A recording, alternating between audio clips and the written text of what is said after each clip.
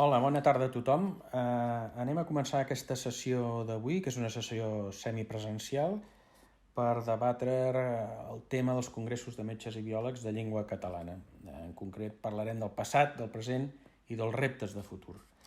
Bé, el meu nom és Fèlix Bosch, estic aquí, parlo en nom de la Fundació Dr. Antoni Esteve i també parlo en nom de la Societat Catalana del Diccionari Enciclopèdic de Medicina, el SOCDENCAT, concretament en nom de la seva presidenta, la doctora Judit Ussall, i també com a institució organitzadora de la Societat Catalana d'Història de la Medicina o la Fundació Dr. Antoni Esteve. Bé, en aquesta reunió el que ens plantegem seran una sèrie d'aspectes relacionats amb la trajectòria dels congressos de metges i biòlegs i plantejar-nos la situació actual i quina ha de ser, cap a on haurien d'anar aquests congressos o com s'haurien d'orientar aquests congressos per donar-los continuïtat. Jo crec que tots els que estem aquí pensem que està justificat trobar mecanismes i vies per organitzar aquest tipus d'activitats i donar continuïtat en el futur. Tots sabeu que aquestes trobades en congressos de metges i biòlegs estan entorn als professionals i estudiants de ciències de la vida i de la salut i que, a part de parlar de ciència, doncs es comparteixen dos punts transversals que penso que són fonamentals, que és la llengua i la cultura catalanes. Com revisarem en les sessions d'avui, el 1913 es van posar en marxa aquests congressos, el primer d'ells es va fer a Barcelona, i fins al 2017, que va ser el darrer congrés de metges i biòlegs de llengua catalana que va tenir lloc a Manresa, doncs se n'han desenvolupat 20 congressos de metges i biòlegs amb les seves peculiaritats, la seva transcendència en un entorn canviant durant tots aquests anys. Bé, amb això també m'agradaria destacar que la sessió d'avui s'ha pogut portar a terme gràcies a la secretària del SOCDENCAT, la doctora Maria del Mar Salazar, i a la col·laboració d'en Pol Morales, responsable de comunicació de la Fundació Dr. Antoni Esteve. Els dos ponents d'avui són el doctor Ferran Sabater i Oriol Ramis. En primer lloc, el doctor Sabater ens parlarà dels aspectes històrics dels congressos de metges i biòlegs de llengua catalana i posteriorment passarem a una discussió sobre l'actualitat dels congressos i el títol de la ponència del doctor Ramis serà Després del Congrés de Manresa, la pertinència i els reptes. Moltes gràcies a tots i a partir d'ara començarem la sessió. A mi se m'ha encarregat de parlar una mica sobre l'origen i què han sigut, com han estat aquests congressos de metges i biòlegs de llengua catalana. Jo he subtitulat també aquesta meva participació com Ciència i Llengua per al segle XXI. Des dels inicis del segle XVIII, la llengua catalana patí una forta persecució tant a França com a Espanya per part de les monarquies borbòniques i els seus aparells repressius. La llengua catalana fou prohibida a l'ensenyament, a l'administració, a la justícia i àdhuc a l'Església, quedant marginada a l'àmbit familiar i col·loquial. Això es fa evident amb la dràstica disminució de l'edició de llibres en català i particularment de les obres de caràcter mèdic. No és fins a principis del segle XX que, amb penes i treballs, es comença a revitalitzar l'ús de la llengua catalana en l'àmbit científic i particularment en el mèdic. L'any 1898 va aparèixer la primera revista biosanitària en català, que es titulava La ginecologia catalana, promoguda pel metge Jaume Queraltó. Aquest mateix any, el doctor Josep Maria Roca i Heras, un personatge destacat perquè va ser president de l'Acadèmia de Ciències Mèdiques i també de l'Ateneu Barcelonès, etc. Ell va presentar en el si de l'Acadèmia de Ciències Mèdiques la primera comunicació científica en llengua catalana. L'any 1903 tingué lloc el primer Congrés Universitari Català, promogut en gran part per la inquietud dels joves estudiants universitaris que demanava una millora de l'ensenyament pròpiament universitari, fent-lo més proper a la realitat i a les necessitats de la societat catalana, i entre elles també l'utilització de la llengua en l'àmbit universitari. Degut al rebuig de la universitat oficial, aleshores es crearen els estudis universitaris catalans. Una universitat, podríem dir, paral·lela, no oficial, i la branca sanitària dels quals d'aquests estudis universitaris catalans es va establir a la seu de l'Acadèmia i Laboratori de Ciències Mèdiques. La participació mèdica-farmacèutica en el primer Congrés Internacional de la Llengua Catalana, que va tindre lloc a Barcelona l'any 1906, manifestà una comunicació que deia, literalment, necessitat de reconstruir el llenguatge mèdic-biològic català. És a dir, es posava en evidència que el llenguatge i la terminologia mèdica en català havia quedat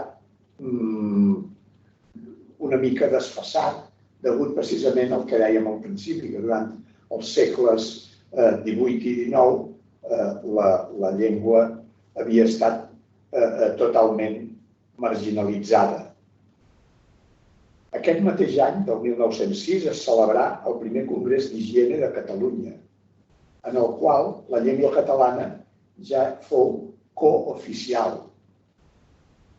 L'any següent, el 1907, la revista de l'Acadèmia de Ciències Mèdiques, que ja es deia Annals de Medicina, va aparèixer publicada ja en llengua catalana. L'any 1910 va tindre lloc a Barcelona el primer Congreso Espanyol Internacional de la Tuberculosi, que no acceptà, el comitè organitzador, no acceptà l'oficialitat de la llengua catalana en els treballs del Congrés. Això contravenia l'esperit del noucentisme mèdic i provocà que algunes persones i entitats retiressin la seva participació en senyal de desacord i que es produís un aspre debat que es traslladà a la premsa política del carrer. Aquest fet motivà que alguns socis de l'Acadèmia de Ciències Mèdiques, en particular els doctors Manuel Salvat i Espasa i Enric Ribas i Ribas, proposessin a l'entitat la convocatòria d'un congrés mèdic on la llengua catalana fos l'oficial. I és així com s'originaren els congressos de metges de llengua catalana.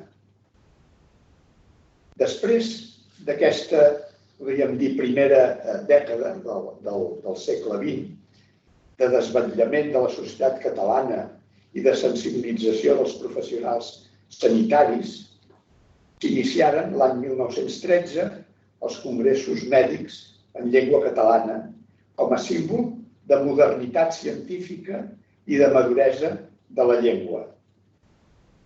El primer congrés tingué lloc a Barcelona, en la nova Facultat de Medicina de la seva universitat. Per donar un sentit descentralitzat i de continuïtat en aquest projecte, al final d'aquest primer congrés es decidí que els següents rotarien pel territori i que es crearia l'Associació de Metges de Llengua Catalana com a nucli aglutinador i entitat promotora dels següents congressos.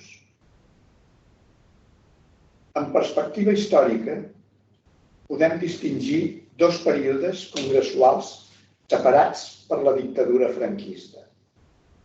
En el primer es van celebrar 9 congressos, colpits per la Primera Gran Guerra i per la dictadura de Primo de Rivera.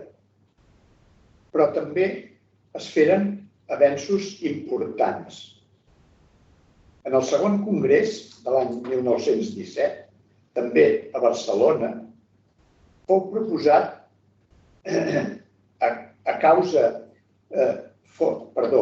fou posposat a causa d'una pandèmia, una situació semblant a l'actual,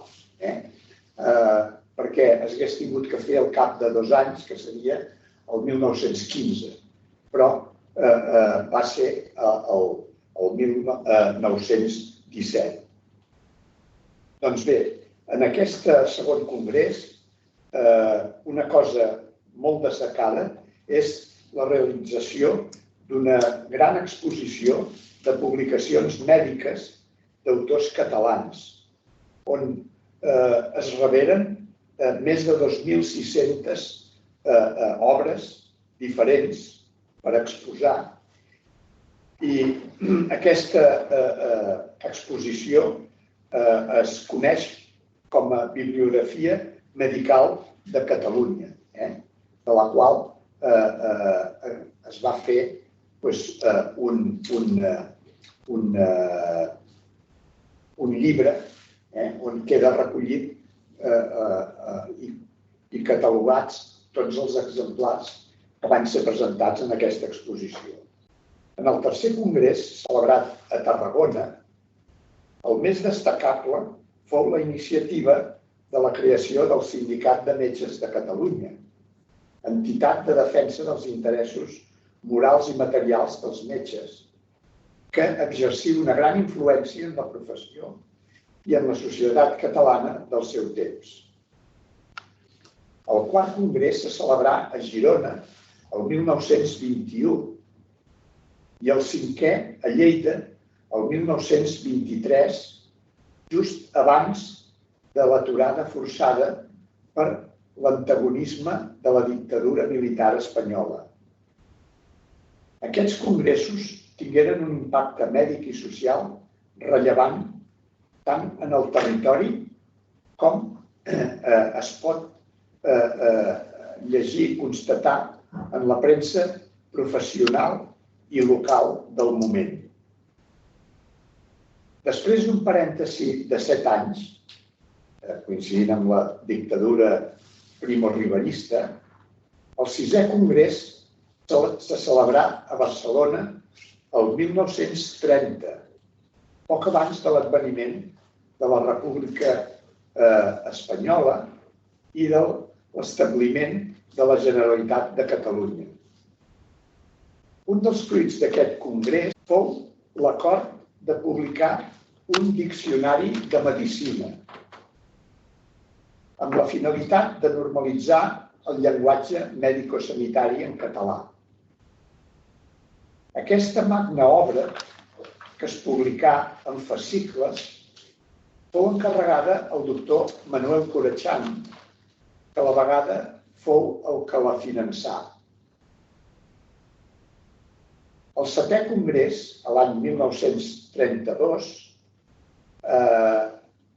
amb una periodicitat bianual, tingué lloc a les Balears, concretament a la ciutat de Mallorca.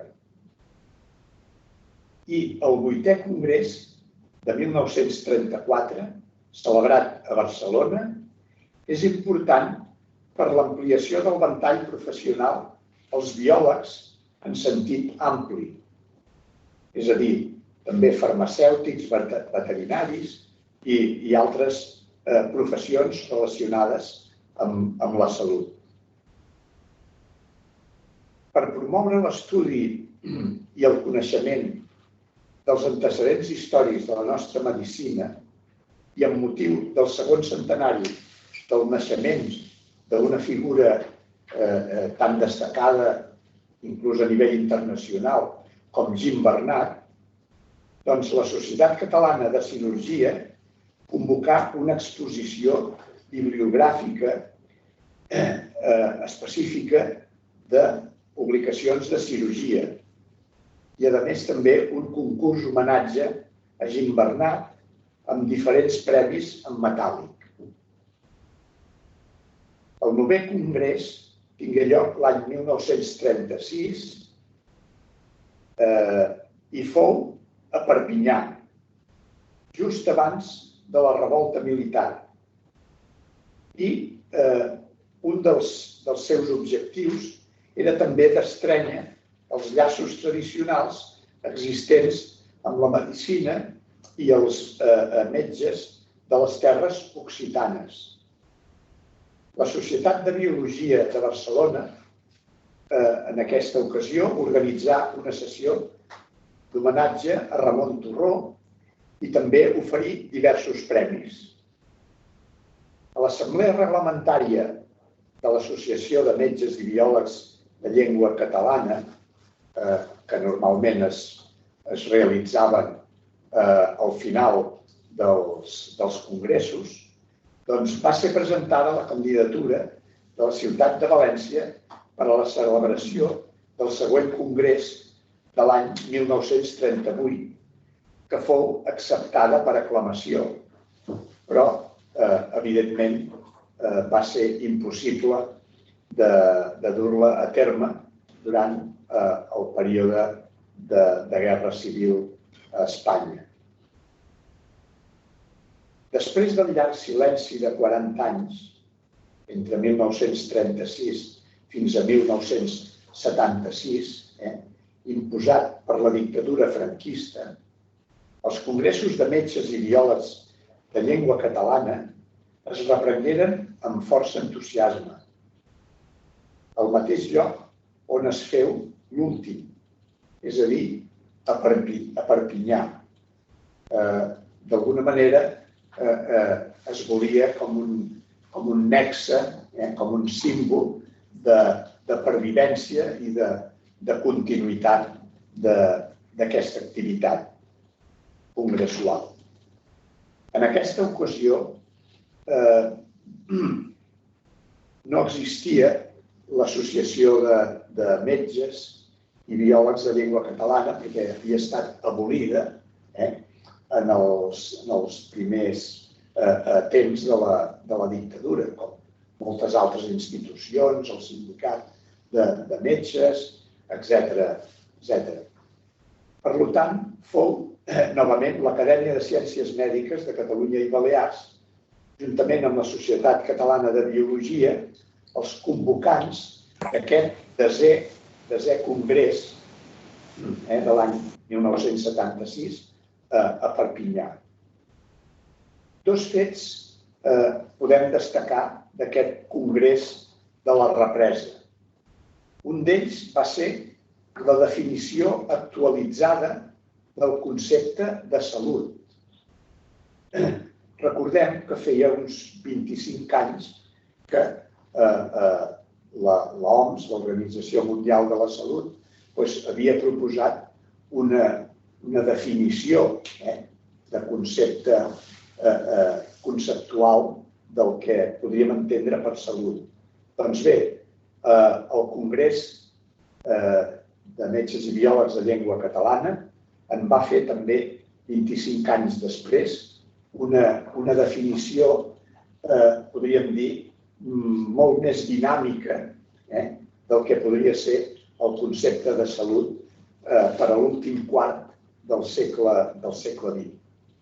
I una altra activitat destacada va ser l'homenatge a Pompeu Fabra, que havia estat el geni ordenador de la llengua catalana actual.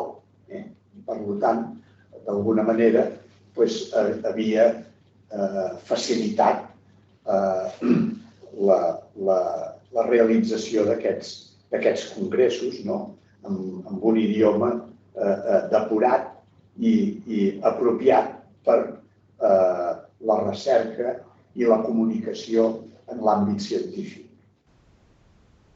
L'11è congrés tingué lloc a Reus l'any 1980.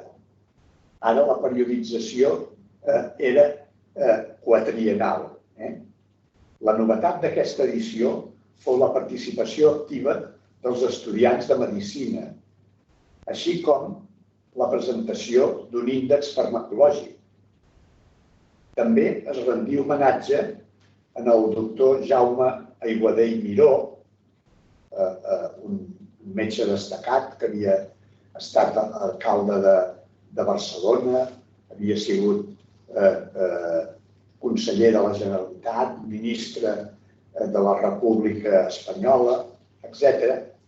Doncs Aiguader i Miró era fill de Reus i va ser impulsor molt destacat de la millora de la sanitat municipal, a nivell municipal.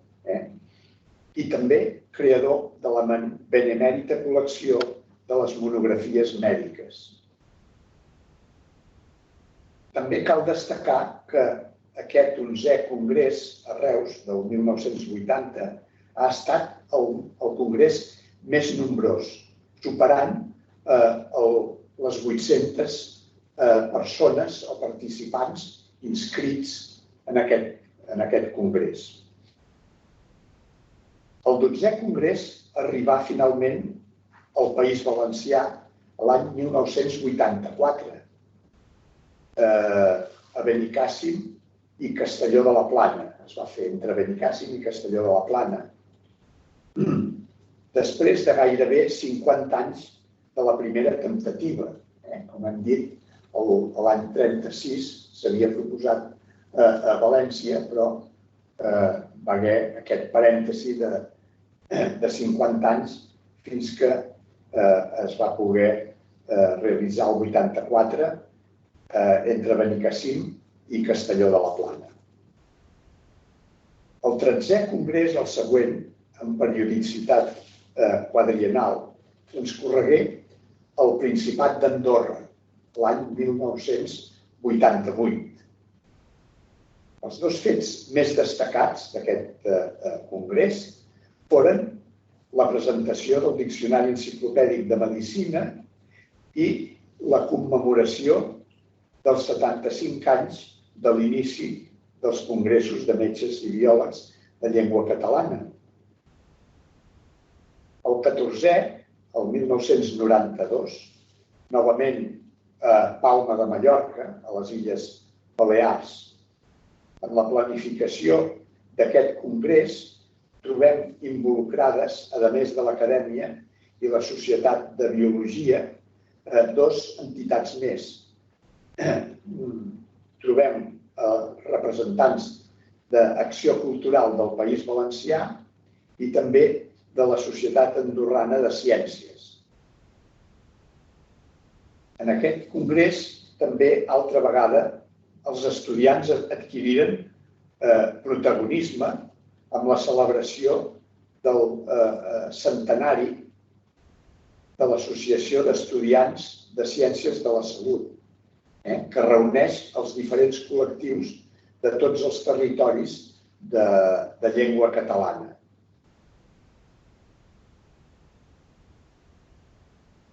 El 15è congrés tingué lloc a Lleida l'any 1996.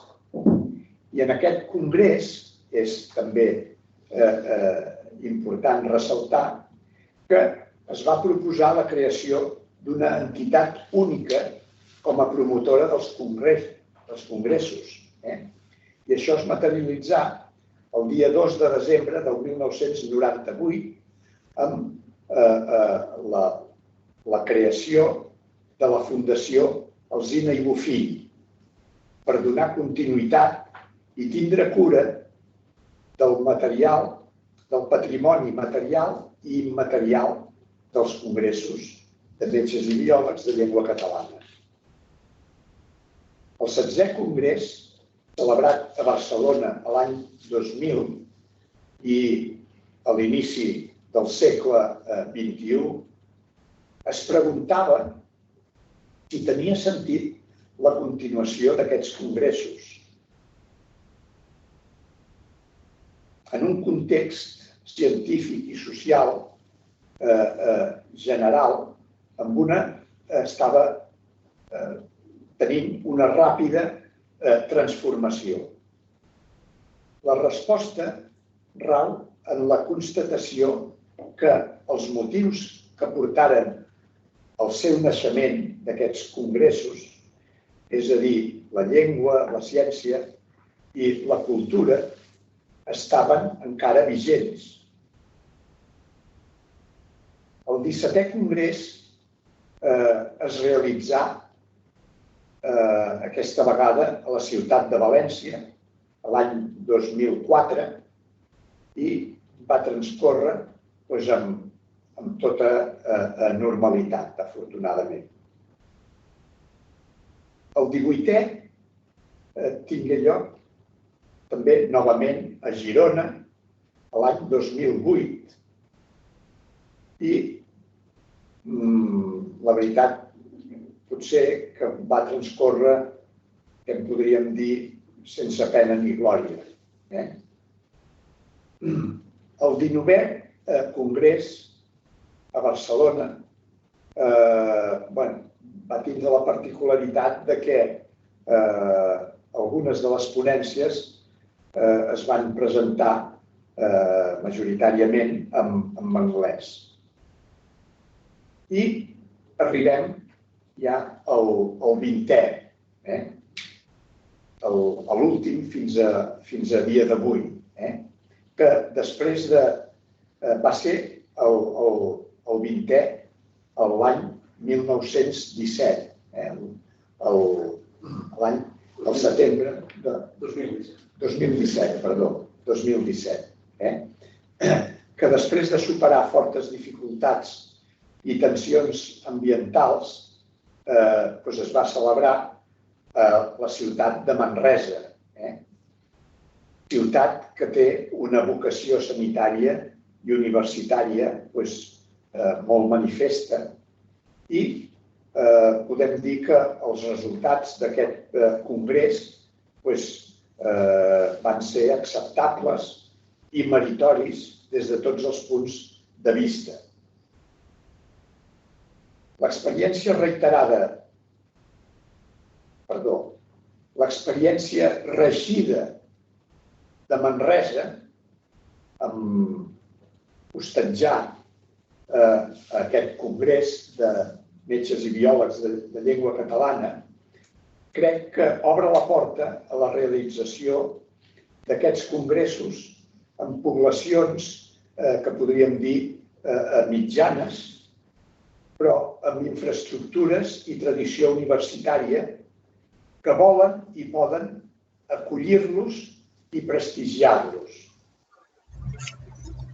Si fem un repàs de la producció científico-mèdica generada pels 20 congressos celebrats fins ara, consultable en paper i també digitalment al web de la Fundació Alsina i Bofill, a la tasca d'actualització del llenguatge científic català a través del Diccionari de Medicina i dels vocabularis de diferents especialitats de caràcter, el caràcter multidisciplinari i a l'activa participació dels estudiants, així com a l'impacte professional, cultural i social exercits amb la creació del Sindicat de Metges i les seves filials, a la definició del concepte de salut o del model sanitari vigent, ofereixen uns resultats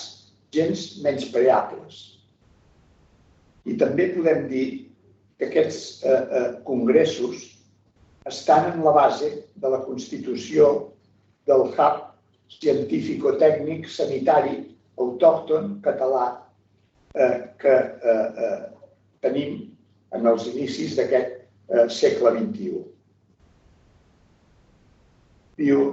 Biològicament podríem parlar que aquests congressos han arribat a la majoria d'edat, o sigui, han sobrepassat els 18, el nombre de 18, o que han arribat a centenaris. Estem al 2021 i es van iniciar el 1913. Actualment, al segle XXI, les condicions que portaren a la creació dels congressos de metges i biòlegs de llengua catalana, que eren, per una part, potenciar la ciència i, per l'altra, la llengua autòctones, entenc jo que continuen en plena vigència. En perspectiva, el balanç pot ser considerat com a positiu i beneficiós per als objectius fixats inicialment. Però sí que cal anar adaptant-los, aquests objectius, a les circumstàncies i a les necessitats de la ciència i dels professionals sanitaris en cada moment. D'acord. Moltes gràcies, doctor Sabater, per aquesta visió detallada de congrés a congrés. Segur que hi haurà preguntes, les fem pel final, com hem dit. I així ara passem a la xerrada del doctor Ramis, que ens parlarà sobre què passa a partir d'aquest últim congrés de Manresa i com ho hem d'orientar i com hem de... Gràcies, Ferran, perquè em sembla que justament ho deixa en el punt que jo reprenc ara. Potser val la pena dir que aquesta sessió té un origen amb la inquietud, justament, de què ha de passar a partir d'ara. I la necessitat, a mi em sembla, d'un debat honest i seriós.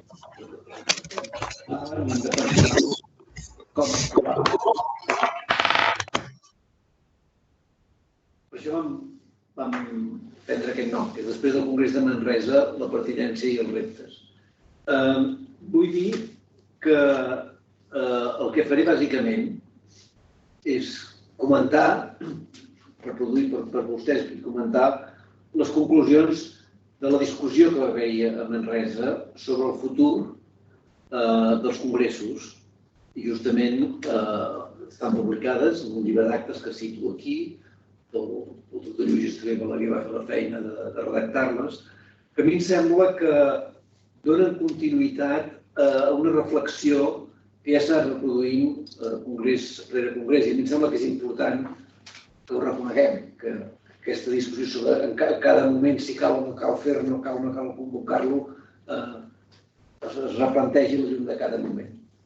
Ja avanço que no plantejo avui cap, jo almenys personalment no plantejo cap solució, més aviat obro una sèrie de, o intento fer una sèrie de reflexions que em sembla que s'han de fer a l'entorn d'aquesta qüestió. Ara bé, prenc com a base material per la presentació les bases, el que els mateixos, les persones que van participar en aquesta discussió em van dir les bases de Manresa. Són 10 punts que els anirem treballant un per un.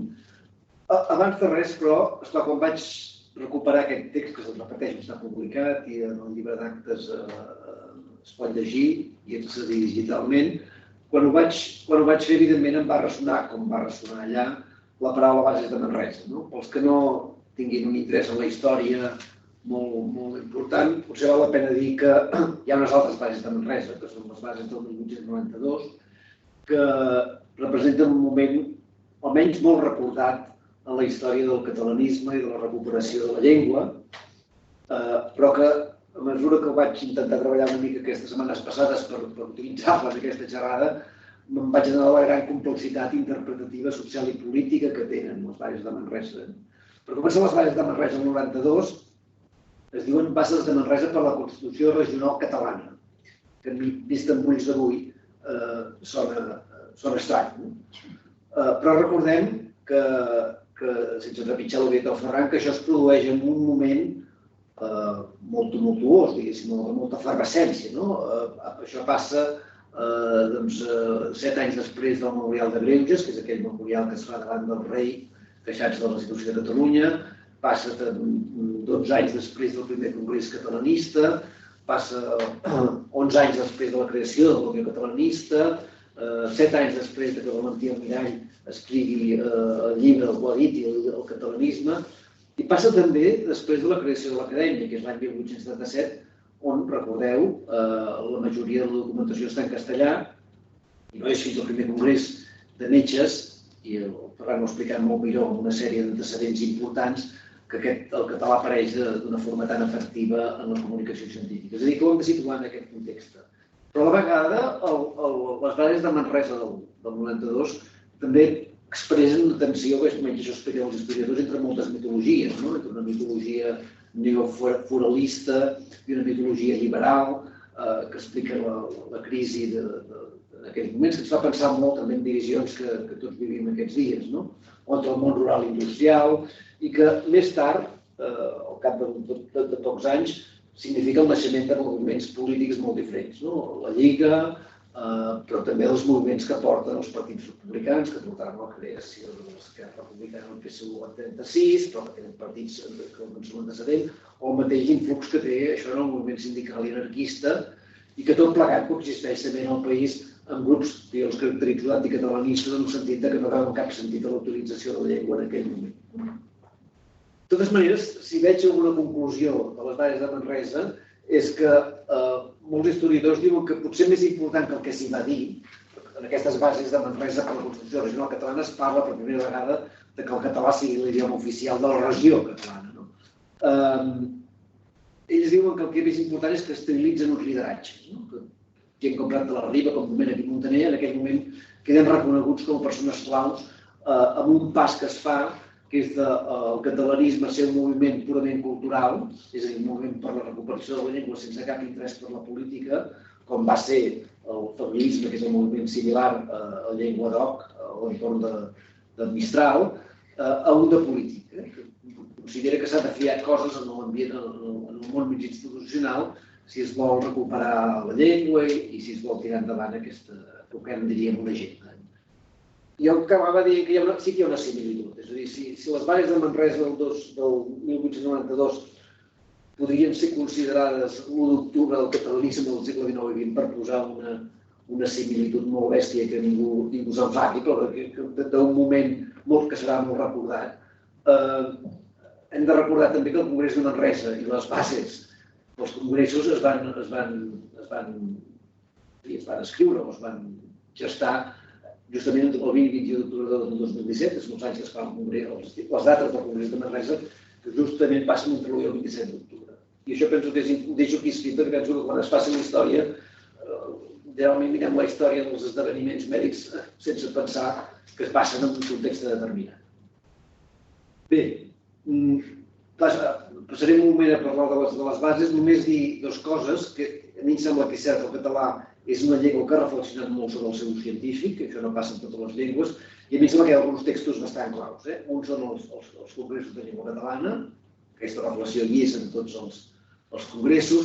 Hi ha un document que nosaltres a la societat ens estimem molt, que és el pròleg al diccionari de Corachán, hi ha unes reflexions tant de Corachán com de Pompeu Fabra. Hi ha un esdeveniment que potser no es recorda, que és que la Universitat Catalana d'Estiu, el 1973, amb Oriol Casasses com a persona potser clau, però amb altres gent, Josep Laporte i altra gent, hi ha un manifest, que és el català llengua d'expressió científica, parlaré un moment en la segona diapositiva, però després penso que també aquestes bases de Manresa són un esforç de sistematitzar el pensament, i penso que val la pena. Només per parlar de la Universitat d'Estiu del 73, recordar els que no ho sàpiguen, que va haver-hi unes declaracions al País Maig dels usuaris en ple moment de la transició, en la qual posava en dubte que es pogués fer servir el català com a base, parlar de les dues llengües, com a llengües científiques, que és aquesta frase que he posat aquí. I he recuperat aquí un comentari que va fer Oriol Casasses l'any 1985, justament comentant el manifest de Prada, que és anterior a l'anècdota d'aquests usuaris, que deia això. Si una llengua ha de viure en plenitud el seu exclusiu contreu literari és manifestament insuficient, tal que la llengua se'n robusteixi amb el desenvolupament de lèxic científic i tecnològic que segueixi el vigorós dinamisme de la ciència. Per aquest camí, i només per aquest camí, una llengua ateny la seva majoritat. I això l'enemic ho sabia i per això feu el text científic la seva posició més aferrissada. I hi ha una segona part que potser es recorda menys a Casasses, que jo penso que és important, que ell diu: entenem que l'ús de la llengua pròpia, ultra un dret inalienable, aquesta és una redacció que no faríem servir avui, però que no sé si feia servir, constitueix per dignitat un imperatiu indefugible. Vull dir que hi ha un caràcter militant que a mi em sembla que val la pena recordar per anar treballant les bases.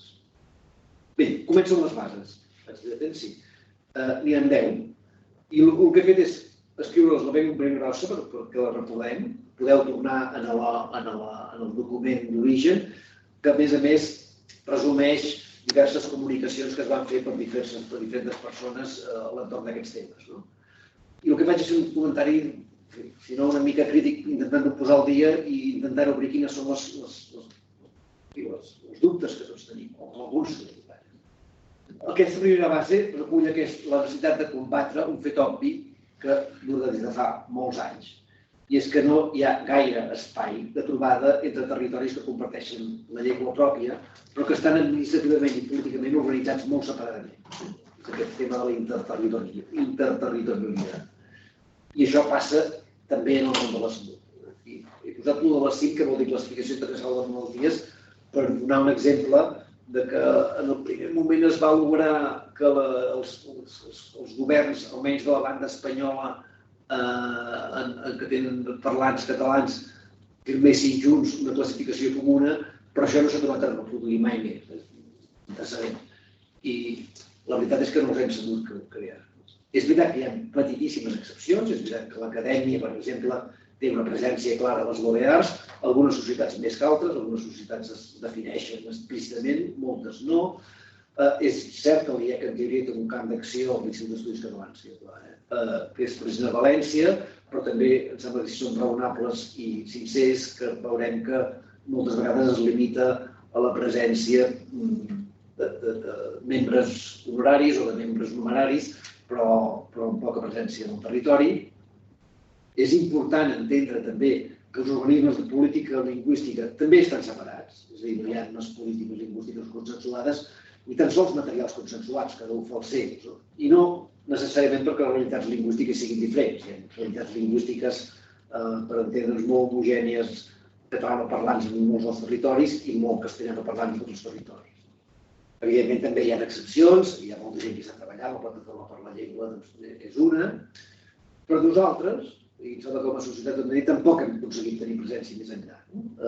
I una de les coses on Ferran vam tenir ocasió per treballar-hi fa un temps, per exemple, a València, tot i que és completament normatiu, s'ha fet un diccionari de medicina purament allà, i no es va ser capaç, no va haver-hi prou base social, prou connexió per fer-ne un d'únic. Tampoc sé si és el més desitjable, però constato com un fet de dificultat. D'altra banda, hi ha un altre tema més conceptual que sempre els congressos s'han definit per territoris i no sé si hem de seguir parlant de territoris o hem de seguir parlant de persones. Per exemple, un rol que han tingut els científics que jo diria expatriats militants, científics catalans que treballen fora dels territoris on el català és una llengua comuna, són persones que han tingut un rol molt important en el manteniment de la llengua. Treure molts exemples. L'últim, per esmentar un personatge immediat, el Salvador Massip, que no treballa aquí, que està tot el dia parlant d'això. Però vull dir, si mirem història, darrere hi ha molts personatges que han treballat als Estats Units, o que han treballat a altres països d'Amèrica, o a Madrid, o a altres llocs. O bé també pensar en persones que viuen en territoris que teòricament són de llengua, el català és una llengua pròpia, però on la llengua en si està en un risc de desaparició. És a dir, entendre si estem parlant de territoris o de persones em sembla que és una cosa que té sentit. Base 2. Els congressos han de tenir com a eix la defensa de l'ús oral i escrit de la llengua catalana en l'àmbit assistencial i científic i la seva adaptació constant al progrés. Bé, defensa és possiblement una paraula negativa, seria més amable parlar de promoció, però també és veritat que possiblement parlar de promoció seria molt condescendent cap a un cert optimisme o un cert triomfalisme que a vegades tenim. Però en tot cas recull una preocupació generalitzada de veure desaparèixer la llengua de l'àmbit científic. Primer, i potser l'assistencial després, o al revés, jo penso que hi ha aquesta preocupació que tots tenim. I em sembla que moltes de les institucions que estem treballant per adaptar la llengua seguint el mandat casacià, seguint la rigorositat de la ciència, ens n'adonem cada cop més que la prioritat és augmentar-ne l'ús i, per tant, entendre qui, com i per què abandona la llengua o no s'hi incorpora. En el sentit de pensar quines són les prioritats i després tornarem al problema de les prioritats que ens sembla que és crucial en aquesta qüestió. Base 3. Han de ser trobades interdisciplinàries i multidisciplinàries de totes les professions de la vida i de la salut i de totes les que s'hi relacionen. Bé, a mi em sembla que l'avançat de la multidisciplinarietat, tant en atenció com en ciència, no és un tema discutible, però encara que això sigui veritat, fixeu-vos que es mantenen cada cop més fòrums cada cop més especialitzats on els paradigmes científics utilitzats són molt estrictes, per tant són molt excloents per als que els comparteixin i redueixen molt la població que els fa servir. El cost de mantenir aquests fòrums, a més, s'ha reduït moltíssim en la virtualitat, i ara molta gent participa en fòrums relativament reduïts, personatges de tot el món, però això ha tingut un cost brutal amb els idiomes de poc pes demogràfic. L'anglès arrasat en aquest terreny. Jo aquí posava un exemple perquè penso que també s'ha de pensar, és a dir, la virtualitat jo penso que està fent desaparèixer el català de molts fòrums o fins ara eren freqüents, perquè ara com que tot passa a la xarxa, com això que estem fent en aquest moment, s'hi pot connectar qualsevol persona del món, i ara, per dir un exemple, per exemple, el Consorci Sanitari de Catalunya, que ja feia moltes activitats de debat sobre l'evolució del sector sanitari a Catalunya. Abans eren sempre en català perquè eren presencials, la gent anava a les dues del migdia. Ara, com que això no es pot fer i es fa virtual, evidentment hi ha hagut un interès al resta d'Espanya i a Sud-amèrica i no sé què, i cada cop més és més rar que es faci en català. És a dir, que l'impacte del tema virtual, tot i que té moltes possibilitats, també en la pràctica està tenint un cost molt important. Base 4. Els temes tractats podran ser especialitzats, però es tractaran en preferència temes oberts des d'una perspectiva holística, humanista i ètica i tindran un clar interès social. Bé, aquesta jo penso que ha estat una estratègia explícita des de la represa, quan dic la represa vull dir que el Ferran en deia la segona fase, des de l'any 76, de tenir una ponència científica i una de social. Suposen un interès implícit i traçar un públic més ampli i de fugir la manera que pot suposar l'especialització científica, a la vegada que s'exposa un públic més ampli a un català que ha incorporat neologismes i que ha normalitzat la terminologia científica. Ara bé, jo diria que també hi ha una aspiració implícita de la ponència social al llarg dels congressos a ser un fòrum de debat polític i ideològic. Això va ser molt clar a Perpinyà, perquè Perpinyà va coincidir amb la Transició Espanyola, o Figoleu a Reus, perquè a Reus això coincideix amb l'inici de la Generalitat i l'explosió d'idees que hi havia a l'entorn d'això, però després sembla que aquesta tendència s'ha perdut bastant. Podríem treballar per què, jo penso que hi ha un tema de motxilla institucional, que cada cop els congressos han tingut una presència institucional més forta, que feia més difícil aquest tipus de debat, però també perquè en la pràctica han sortit altres iniciatives en el país, que algunes s'han continuat, altres han mort, que recollien més la frescor, diguéssim, del debat ideològic. I després també, no hem d'oblidar-ho, aquest problema interterritorial també feia que debats que estaven molt presents en un territori, en l'altre territori quedaven molt allunyats de la preocupació d'aquell moment. Això també era un complicat. Sí, com sigui, em sembla que s'ha de fer una reflexió si aquesta dualitat o aquesta necessitat de cobrir tants fronts potser no ha acabat confonent i no ha fet prou forat ni en un sentit ni en l'altre. Això ara ja hi tornarem d'aquí un moment amb una altra base. Base 5ena, que diu, culturalment, els congressos donaran expressió al sentiment comú d'unes tradicions compartides, allotjades en la mateixa bioregió i respectaran les varietats de la llengua catalana i l'occità. No he parlat amb el redactor de les bases, però suposo que aquí devia fer un esforç per ajuntar diverses coses que es havien dit. I esclar, és cert que aquí hi ha coses que poden ser molt contradictòries, que només les manco. És veritat que un sentiment comú es refereix al sentiment de pertinença i el sentiment de llengua comuna. Però aquí volia recordar un altre Casasses, el Jordi Casasses, que és, com sabeu, un historiador i penso que és la paraula que el definiria millor, que va ser president de l'Ateneu i funcionàries. Alertava, ja abans del procés, que en diem el procés d'independència, des l'any 2005-2010, deia que aquest sentit d'un sol poble, d'un sol territori, que una mica ha estat implícit en molt del pensament majoritari que hi ha hagut al segle XX, si no era una cosa que s'estava perdent. No només aquí, sinó que un fenomen que s'ha de pensar si existeix. Un territori té un sol poble, en té diversos. Hi ha moltes anècdotes que ens diuen fins a quin punt s'ha produït una guetificació de diferents cultures en un mateix territori. I pensem aquí, perquè ho vivim aquí, però evidentment això està passant en tot el món i de quina forma hem de reaccionar davant d'això. I això va també per les tradicions compartides. I jo no sé si aquesta nova manera, aquesta crisi de com s'entén el sentit de poble i el sentit de territori no passa justament per cercar altres tradicions, justament les tradicions no compartides. I atrevir-se a transitar per camins construiran segur les tradicions, però que es provocaran transformacions importants del que entenem ara com les tradicions compartides. Després d'aquest tema de la bioregió, que és una paraula semànticament una mica complexa, que pot ser pensar en l'arc mediterrani, en el que parlava Pasqual Maragall, com els partits, els països catalans, com els definien vostè, com els coneixem nosaltres normalment.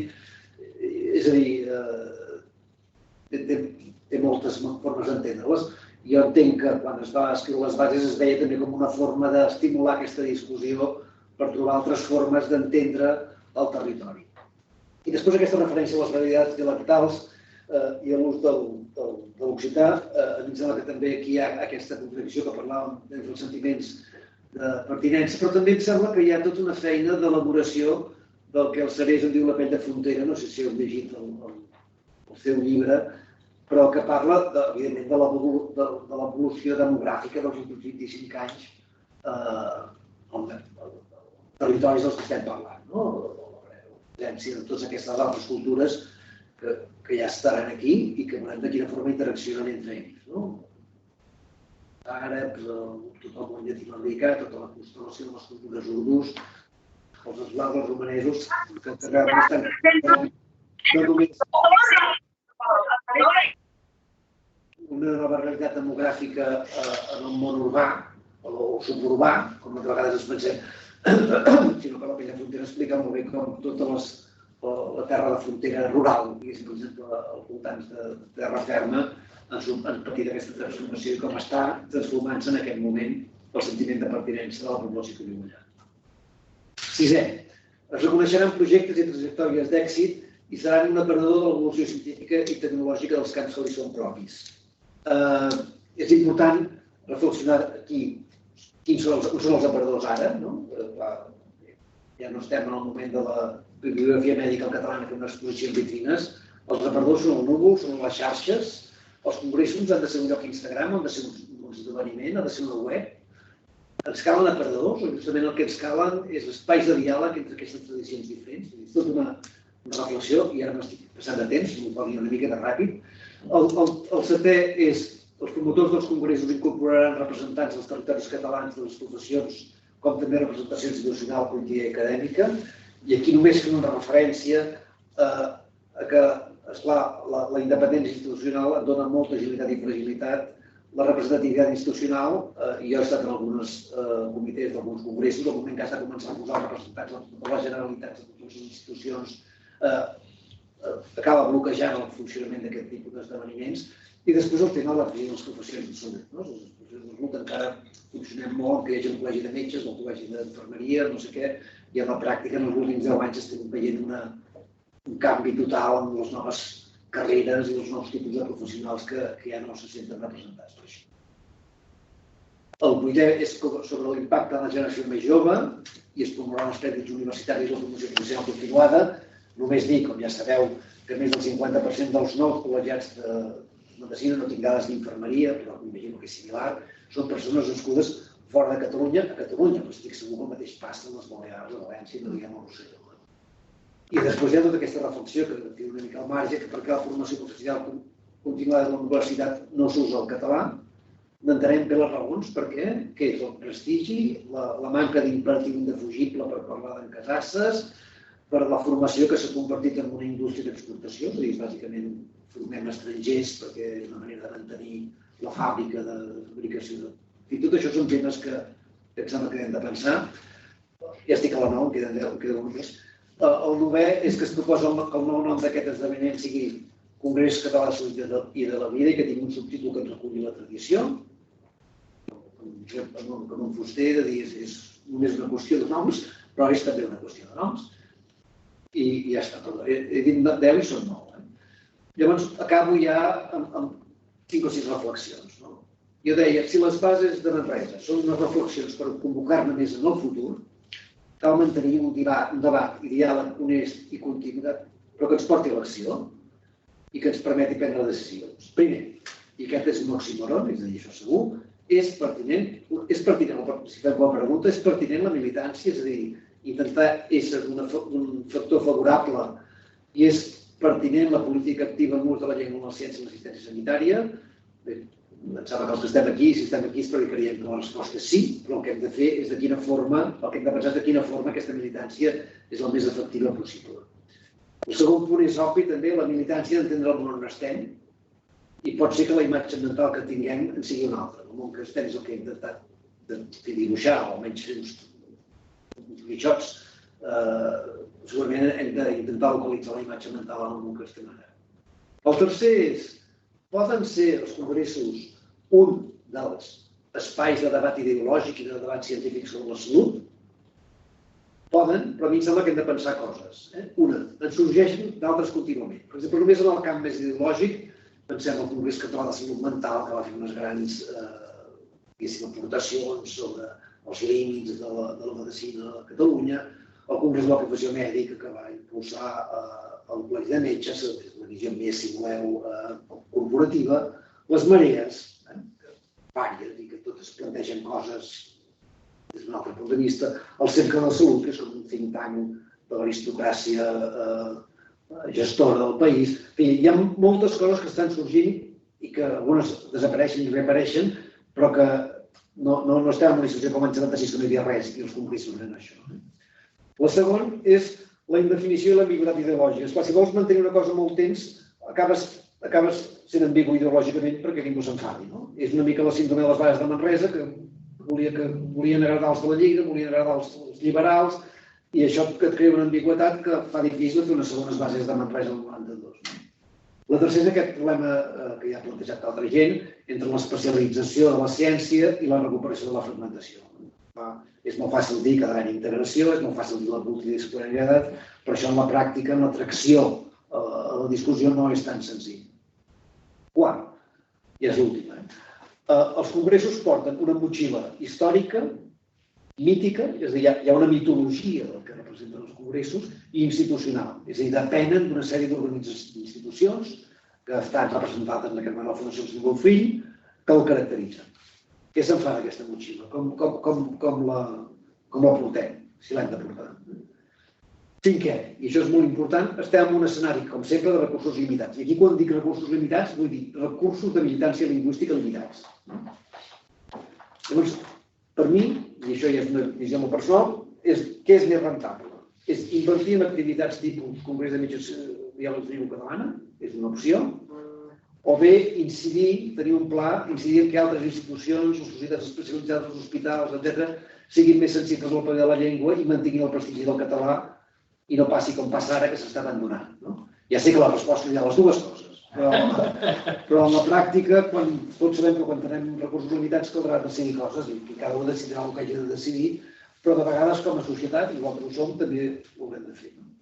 Bé, poso un exemple pel mes que ve. Mutual Mèdica. Mutual Mèdica és una institució creada pel Sindicat de Metges en el seu moment, que recull el noucentisme, si tu vols, per protegir els metges. Sabeu que Mutual Mèdica fa uns anys, per un tema legal, esdevé l'única organització amb capacitat de protegir metges des del punt de vista de substitució de la Seguretat Social i fa una política activa de cercar associats fora de Catalunya. En aquest moment té molts associats fora de Catalunya. No cal dir que amb els fets d'octubre la Mutual Mèdica surt de Barcelona i s'instal·la a Palma de Mallorca, el qual no és un problema teòric, però fa molta mal a les assemblees perquè són sempre discussions de provar números, però aquest any serà virtual i tinc molta curiositat per saber en quina llengua es farà. Tinc la sensació que es farà en castellà, perquè, clar, ja deuen haver-hi més mutualistes de fora de...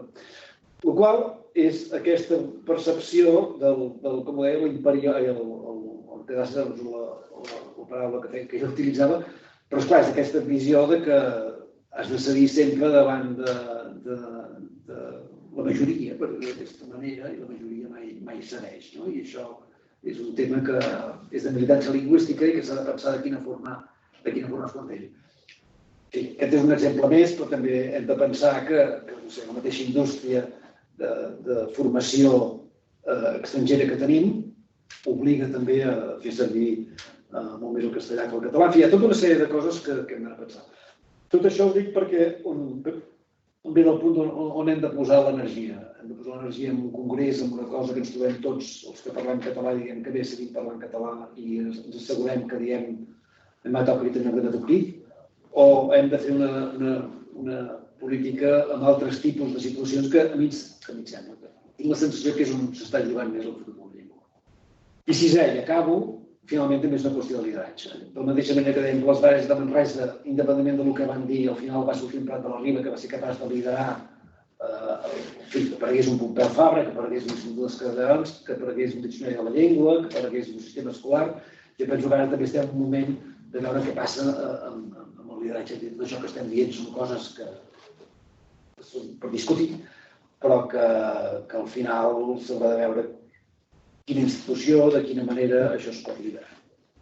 I aquí acabo. Moltes gràcies. Gràcies, doctor Ramis. I com plantejàvem, l'important de la discussió d'ara ve en parlar-ne, debatre i veure punts de vista. Hem vist una mica l'aproximació històrica fins a aquest moment, ho tenim molt clar. El doctor Ferran Sabater ens ha explicat com havíem arribat fins aquí i ara hem de plantejar-nos amb la situació que estem i cap a on hauríem d'anar, o quines propostes tenim, quins punts de vista. I a partir d'ara us demanaria, sisplau, que utilitzant la sol·licitud de paraula, els que vulgueu parlar, participar directament, ho podeu fer aixecant la icona de la maneta en el vostre ordinador, i els que vulgueu incloure preguntes a través del xat també, perquè anirem intentant compaginar les dues possibilitats. Per tant, a partir d'ara, quan vulgueu, començarem amb les preguntes. De fet, ja n'hi ha una per part del doctor Guerrero. Molt bé, gràcies. No sé si se'n sent, perquè jo no veig aquí la mà aixecada. Seré molt breu. Ens sentiu? Molt bé. Primer m'excuso per no poder ser-hi físicament allà, estic a través d'això.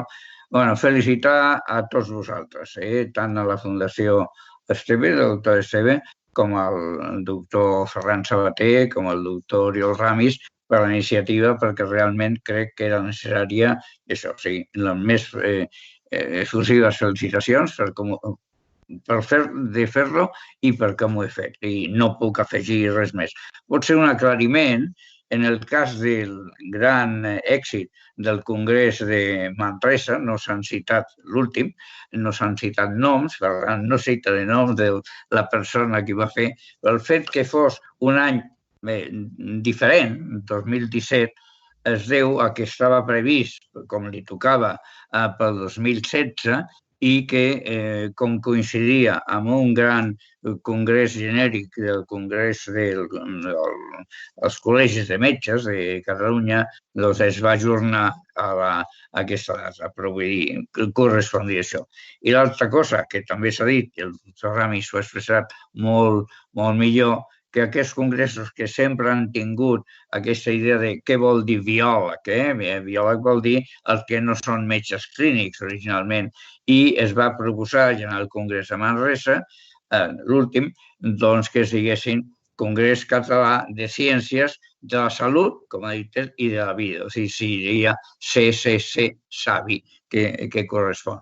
i que té una pervivència, no solament per la llengua, que és una cosa important, sinó per aquest concepte doble, que és ciència al costat de la medicina i el pancatalisme. Hi ha poques institucions, encara que tots estem d'acord en què s'ha de fer, que incorporin tots els territoris de llengua i cultura catalana, que vol dir el Principat, que vol dir les Illes, que vol dir Andorra i que vol dir Catalunya del Nord. És a dir, i Porter, que també té presència l'Alguer. És a dir, que jo crec que són perfectament factibles, que és un concepte diferent dels que teníem, de defensar la llengua catalana. Ara no s'ha de defensar la llengua catalana per se, però sí que s'ha d'utilitzar perquè és molt còmode en molts casos utilitzar el castellà o utilitzar l'anglès. Jo soc una persona que parlo anglès, he viscut molt de temps als Estats Units i crec que la llengua pròpia és absolutament necessària per mantenir això. Les meves felicitacions per l'iniciativa i endavant i compteu en la col·laboració meva i de la Fundació Arxiu Bofill. Gràcies. Perfecte, moltes gràcies. Estem pendents de possibles preguntes. Ja sigui, recordo que tenim l'opció de fer-ho a través del xat i si algú vol participar directament, veig que hi ha una altra pregunta, que ha aixecat la mà, un segon. El doctor Joan Sala, quan vulgui, doctor Joan Sala. Bé, deia que m'afegia la felicitació del doctor Ricard Guerrero i per mi crec que ha estat molt interessant el plantejament d'aquestes presentacions sobre els congressos de metges i biòlegs de llengua catalana. Agraeixo la revisió històrica exhaustiva que ha fet el doctor Ferran Sabater, també, naturalment, la presentació i el patronatge que ha fet el doctor Fèlix Bosch de la iniciativa i també, sobretot, els comentaris del doctor Oriol Ramis, que crec que és una persona que coneix a fons tota l'evolució i la situació actual dels congressos de llengua catalana i, per descomptat, el doctor Ricard Guerrero, que és l'actual responsable dels congressos i la persona que crec que està més interessada en actualitzar i en renovar els congressos i, sobretot, que es continuïn fent durant els propers anys. Jo crec que seria una llàstima que es perdessin els congressos de metges i biòlegs de llengua catalana, tot i que se'ls canviï el nom i se'ls conegui com el CCC Savi, que crec que és una idea que pot tenir el seu interès i que, evidentment, val la pena, però que es representi una continuïtat amb un historial que només ha trencat les situacions fora de lo normal des del punt de vista polític i social, com han sigut les dictadures que ha patit el país.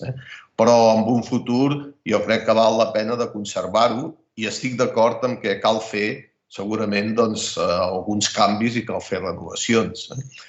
Aquí s'ha plantejat molt bé, jo crec que s'han marcat molt bé els eixos en els quals s'han d'establir aquests canvis i el que voldria dir és que per part de l'acadèmia, evidentment, que jo en aquests moments represento, encara que avui estic aquí a títol personal perquè m'interessava el tema, però per part de l'acadèmia tot el suport a la subsistència dels congressos de metges i biòlegs de llengua catalana, mantenint les mateixes estratègies que ha tingut fins ara. Jo crec que no s'ha de perdre el contacte amb l'Institut d'Estudis Catalans, no s'ha de perdre el contacte amb la Societat Catalana de Biologia, hem d'aprofitar els contactes que ja té la Fundació Alsina i Bofill, que té una extensió territorial, fins i tot amb alguns punts diferent però més àmplia que la pròpia acadèmia, l'Alguer, el País Valencià, etc. Andorra, les Balears, tot això ja ho teníem nosaltres. I penso que és un bon començament d'un debat que és bo per tothom, que sapiguem posar-nos d'acord per com portar endavant aquesta tasca. Haurem de parlar, amb el doctor Guerrero ja hem quedat d'acord que ens trobaríem una representació de la Fundació Alsina i Bofill i una representació de l'acadèmia. Jo crec que una de l'acadèmia, sabeu que està formada per societats científiques, bàsicament, per filials territorials i en aquests moments també per universitats.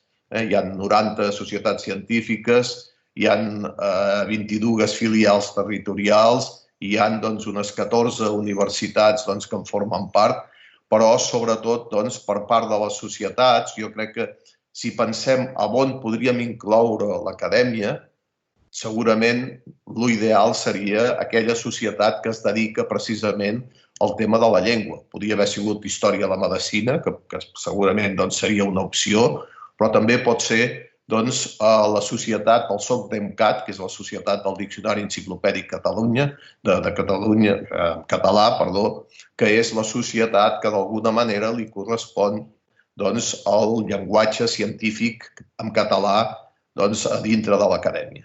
Per tant, és un tema que jo crec que l'hem de parlar, podem comentar-ho entre tots i espero que puguem arribar a un acord que sigui bo pel país, sigui bo per la llengua i sigui bo per les diferents institucions que hi estem implicades. Per tant, moltes gràcies a tots i, en fi, estem oberts a dialogar amb tot allò que calgui. D'acord, moltes gràcies, doctor Sala. Algú vol contestar als comentaris que ha fet el Joan? Sí. No, jo només agrair tant a en Ricard com a les seves paraules. En Ricard també perquè ha sigut una persona que ha defensat el tema dels congressos des de fa molts anys amb molta intensitat i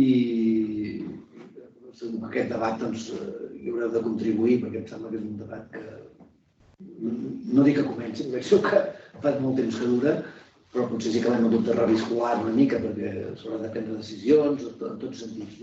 També vull agrair que ens està seguint en Joan Vinyes, que Ara la paraula. Ara la paraula. No, ho dic perquè hi ha una cosa que potser en Ferran ha dit, però que jo també recuperaria, és a dir, els congressos, així com diem que el de Manresa va tenir un rol en la vida o el creixement de la xarxa sanitària al voltant de Manresa, i em sembla que també va haver un moment molt clau que va ser quan es va crear la Facultat de Lleida, que va coincidir, no va coincidir amb els anys. Diguéssim que el fet que es fes a Lleida jo penso que va ajudar una mica, penso, no sé si Joan va dir diferent, però va ajudar una mica a la consolidació d'una facultat com la de Lleida, que en aquell moment jo diria que es veia una mica en condescendència des de Barcelona, que sempre es miren les coses d'una altra manera. I jo penso que el Joan va ser una persona clau en aquell congrés, no només a Lleida, sinó al resta de Catalunya, de fer entendre la importància que té la ciència descentralitzada, si puc dir-ho d'aquesta manera. I estic molt content que s'hagi sentit animada a seguir-nos en aquesta discussió. Passem al torn de paraules del doctor Joan alguna cosa. Jo crec que és interessant tot el que heu dit i sobretot també ara les paraules del Joan Sala i també del Ricard, tot el que heu dit. Jo crec que els congressos aquests s'han de continuar, és evident, i no es pot donar per fet, no es pot donar per fet que ja no cal, que tal. No, jo crec que tenen una tradició històrica molt important, però a més tenen un pervindre i un futur molt important.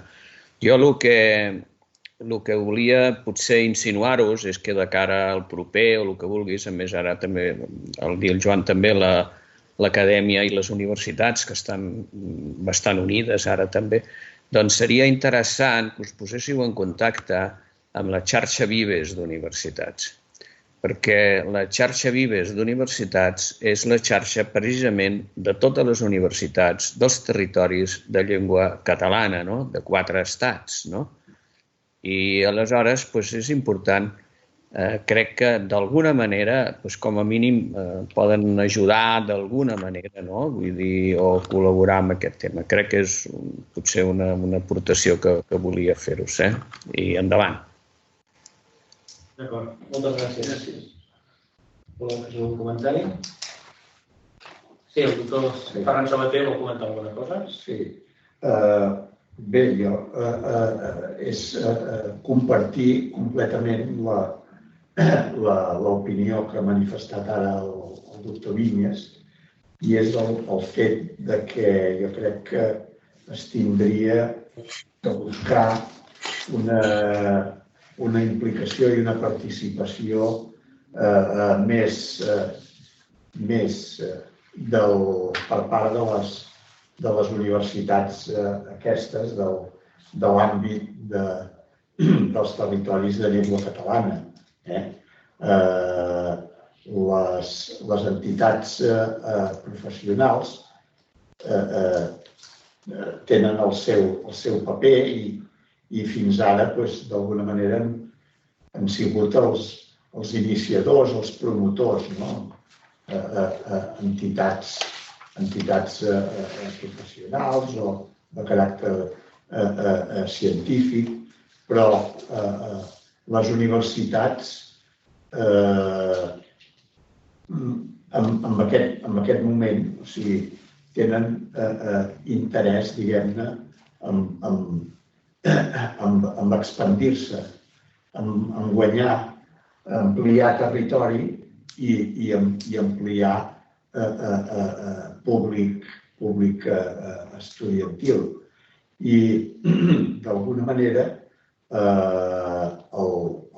les universitats en aquest moment potser són les que poden mobilitzar més a la gent, les que poden renovar més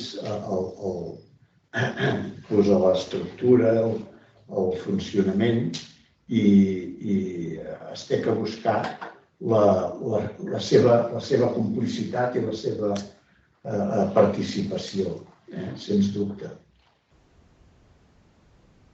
D'acord, gràcies. Algú vol fer alguna pregunta més? Veig que al xat no hi ha cap intervenció i quant a les mans alçades, de moment tampoc en veig cap. Doncs sí, hi ha possibilitat. Doctor Sabater.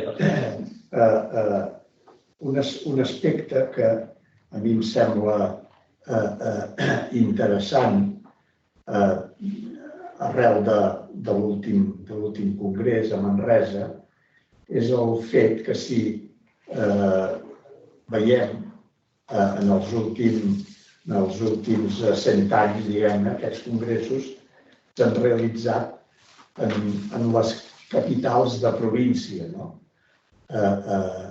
Però hem vist que hi ha també poblacions que no són capital de província, però que tenen vocació sanitària i vocació universitària i que poden ser motors en la realització, en la promoció i realització d'aquests congressos. Recordem que, per exemple, Alacant també té universitat i fins ara no ha sigut seu de cap d'aquests congressos. Elx és una ciutat que no és capital de província i que també té una universitat i que possiblement, per dir-ho així, poden tindre més interès en organitzar i en ser seus d'una activitat d'aquestes característiques, d'aquesta naturalesa. I així podríem mencionar en l'actualitat a Vic, a Igualada,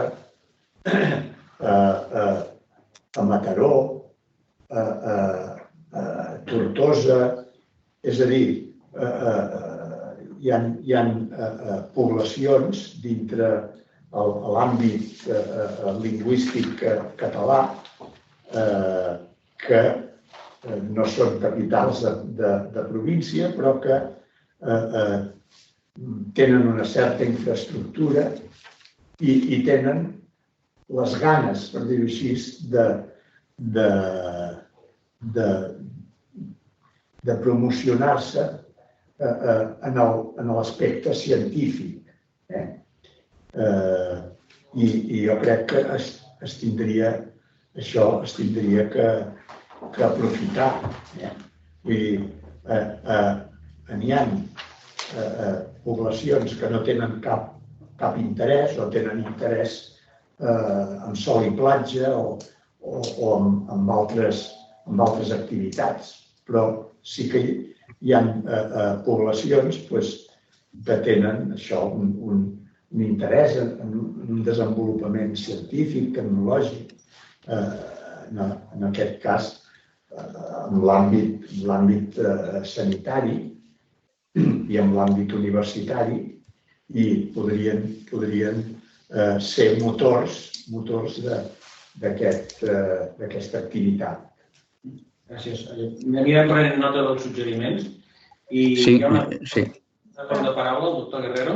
Sí, moltes gràcies. Realment ni pensava en totes aquestes poblacions. Vol dir que tenim motiu per fer-lo. Insistint en aquest aspecte que és no solament l'ambient sanitari i la salut, les circumstàncies en les quals ens trobem, la prova és que tots tres porteu la mascareta, doncs demostren què és el més important. És la salut humana per sobre de l'economia, encara que l'economia va relacionada, que no és tan mencionada una gran capital que és comparable dins del Principat, per dir-ho, que és Reus. I recordeu com una de les altres possibilitats d'un gran nucli de persones interessades en les ciències de la vida i de la salut. Solament això. I la meva enhorabona de nou. D'acord, gràcies. No sé si hi ha alguna pregunta més.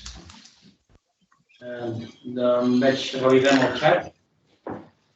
I de moment veig que no n'hi ha cap més. Bé, en tot cas, mentre si algú... Sí, una altra intervenció que demana el doctor Sala. Doctor Sala, sisplau. Sí, perdoneu. Perdoneu-me que saludi el doctor Joan Vinyes i que li agraeixi. Joan, benvingut i content de veure't que estàs bé. Li agraeixo la seva, diguéssim, suggeriment, el seu suggeriment de la xarxa vives d'universitats, perquè penso que pot ser també una bona font de difusió i de contacte. Per tant, ho tindrem en compte també, almenys des de l'acadèmia, el poder contactar amb la xarxa Vives. Jo crec que la majoria de les universitats que formen part també de l'Interact Salut, que és, ja sabeu, l'Institut Interuniversitari creat per l'acadèmia, i que ha estat un focus de debat, d'un fòrum de debat conjunt entre diferents universitats per la formació, sobretot, de les diferents professions en ciències de la salut, la formació postuniversitària, d'alguna manera.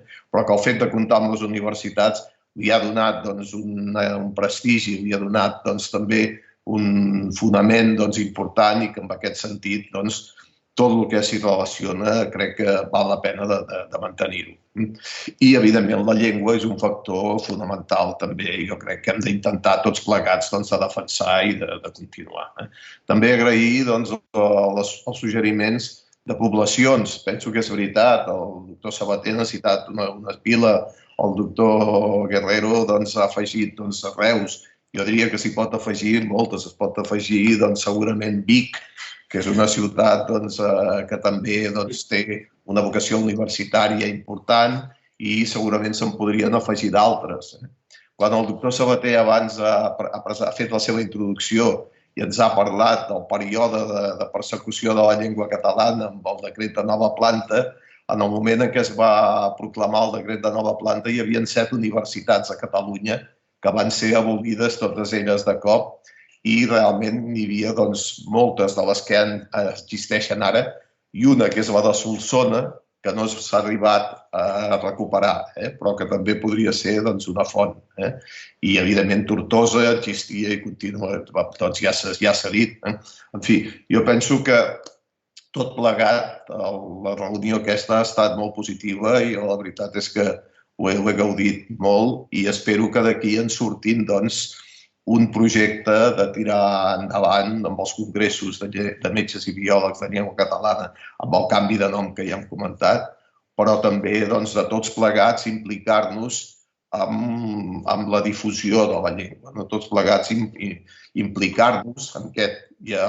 Hi Ja s'ha comentat que l'anglès avui és la llengua internacional, que el castellà és inevitable que formi part també de la cultura en aquests moments de molta gent del país, com altres llengües, però que el català és la cultura pròpia del país, que té una tradició mèdica llarga des de l'època medieval, és a dir, hi ha la literatura científica medieval en català, amb la medicina en general i de manera especial, disculpeu-me que ho digui, amb cirurgia, perquè per les circumstàncies històriques que tots coneixeu, els cirurgians hi havia els llatinistes que sabien llatí, però la immensa majoria eren romancistes i no sabien llatí.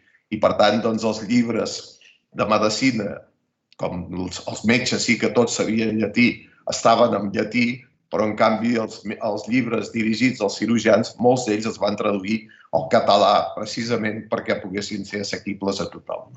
En fi, no parlarem ara, i perdoneu-me aquesta disquisició sobre la meva professió, però penso que tot té les seves avantatges i inconvenients, però que la llengua té una llarga tradició en aquest país i que aquesta llarga tradició hem de procurar que no es perdi, perquè seria una pèrdua cultural important, no tan sols pels catalans. Jo sempre recordo allò d'en Kemal, l'autor aquell del Kurdistan, que deia que el món és un jardí en el qual hi neixen flors que són les diferents cultures, que hi ha flors que neixen a tot arreu, però que n'hi ha que només creixen en llocs molt específics. I cada cultura pot ser una flor especial que ha de procurar que aquell territori que la cuida li ha de tenir una atenció especial. Jo crec que aquest és un deure que tenim no tan sols de cara al país, sinó de cara a la cultura universal. Cuidar aquesta nostra cultura, més o menys gran, no discutirem ara el valor que té, però que és el lloc on creix i on s'ha desenvolupat és aquí i que tots n'hem de tenir cura. I per tant, en aquest sentit, penso que estem fent un servei al país, però també a la cultura universal. En fi, no em vull estendre més, agrair a tots la vostra presència aquí, ha sigut molt interessant, us agraeixo que m'hagueu convidat a participar-hi i, ja dic, espero que puguem parlar en els propers dies i puguem tirar endavant un projecte de futur que crec que seria interessant. D'acord, moltes gràcies. Doncs potser ja hauríem d'anar tancant l'acte.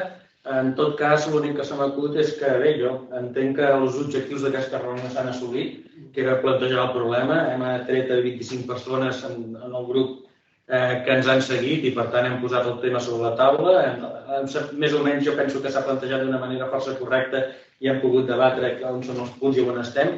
I potser, a partir d'ara, seguint una mica la línia del doctor Joan Sala, és plantejar-nos què podem fer. No n'hi ha prou en fer una reunió d'aquest tipus, encara que aporta molt, sinó que hauríem de començar a plantejar a partir d'ara com ho orientem.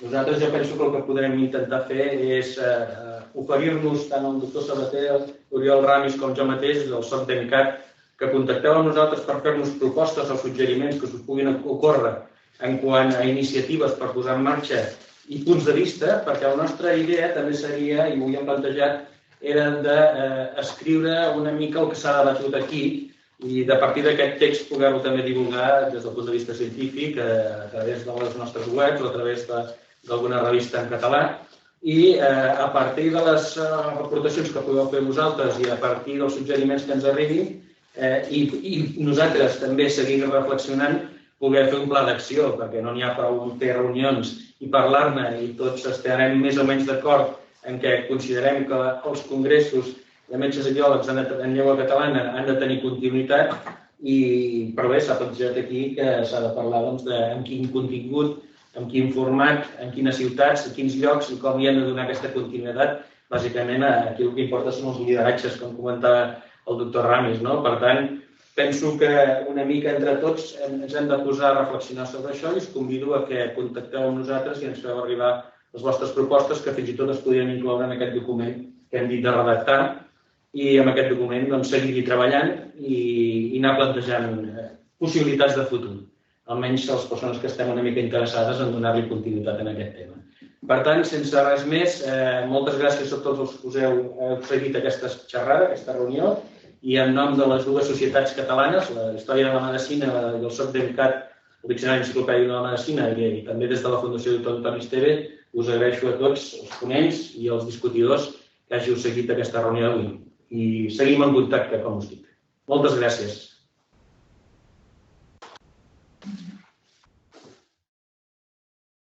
Perdoneu un moment només, volia agrair també, que no ho he dit abans, i em sabria greu que quedés a la Fundació Esteve la seva col·laboració amb això i felicitar el doctor Fèlix Bosch per la iniciativa de donar acollida amb aquesta trobada. Moltes gràcies també. Joan, gràcies.